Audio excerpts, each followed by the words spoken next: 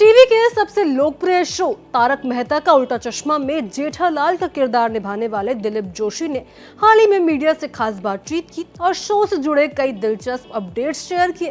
साथ ही इस बातचीत के दौरान उन्होंने इतने सालों से मिल रहे दर्शकों के प्यार और समर्थन के लिए सभी का दिल से धन्यवाद भी कहा और बताया कि कैसे 18 सालों का सफर उनका चला।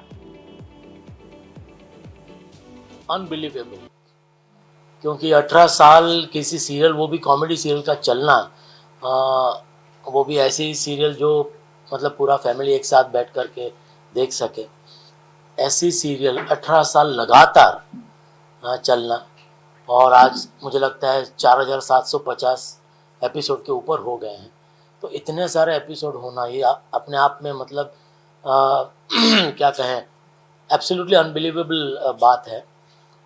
तो ये बस मैं भगवान का जितना शुक्रिया अदा करें उतना कम है कि हम सबका स्वास्थ्य अच्छा रखा है और आज भी हम उसी जोश और उत्साह से रोज़ शूटिंग पे आते और लोगों को हंसाने की कोशिश करते। और आसिफ भाई हमारे मेन प्रोड्यूसर, वो आज भी राइटरों के साथ इतनी मेहनत करते हैं स्क्रिप्ट्स के ऊपर और नए नई कहानियाँ लेकर के आते हैं।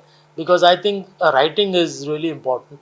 और इतने लगातार इतने साल तक इतने एपिसोड्स करना और इतने नए नए टॉपिक्स पे या करंट टॉपिक्स के ऊपर एपिसोड बनाना, ये वन लाइन ढूंढना कि ये इस पे कहानी हो सकती है नहीं हो सकती है, ये सब ब्रेनस्टॉर्मिंग करना लगातार, ये वाकई में बहुत काबिल तारीफ़ है। और ये आसिफ भाई और राइटर्स की टीम है, they are doing a wonderful job I think. नहीं, इसका मैं हमेशा एक ही एग्जांपल देता हूँ कि मान लो कोई सर्जन है, हार्ट सर्जन या कोई भी है, तो जब ऑपरेशन करते हो, ऑपरेशन थिएटर में करते हैं, तो घर पे जाकर तो बीवी को लेटा के वो शुरू नहीं हो जाते हैं ना कि अचानक से मुझ में हार्ट सर्जन आ गया है या जो भी है।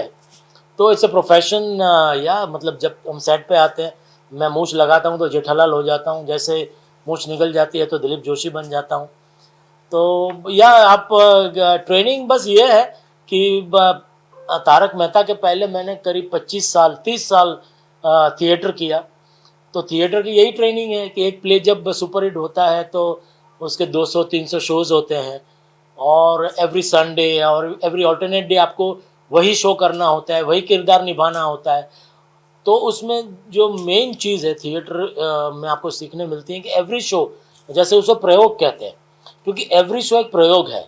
क्योंकि वो जब लाइव वो मोमेंट बनेगी नहीं बनेगी आपको पता नहीं है, तो आपको जो जो लाइनें आपको याद है, जो डायलॉग्स आपको याद है, उसको अनलर्न करनी है एवरीडे, मतलब जब भी आपका शो हो तब।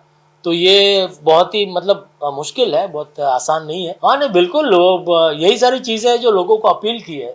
आई थिंक सिर्फ मेहता साहब के साथ दोस्ती नहीं, चंपक लाल के साथ जो जेठालाल का इक्वेशन है, जिस तरह वो इतना रिस्पेक्ट करता है अपने पिताजी का, या दुकान में नटू काका और बाघा के साथ उसका जो इक्वेशन है कि भले उसके साथ वो कभी कभी गुस्सा हो जाता है, बट जब ऐसे मोमेंट्स आते हैं तब he cares a lot also for Natu काका एंड बाघा। और भिड़े के साथ भी बहुत झगड़े होते हैं, लेकिन ऐसे कई एपिसोड बहुत कमाल के आए हैं कि जब ऐसे ह्यूमन इमोशंस उसमें टच किए हैं कि जब भिड़े को कुछ तकलीफ हुई है या वो बताता नहीं है लेकिन जेठालाल को बाद में पता चलता है, तो वो कैसे मतलब उसकी मदद करता है।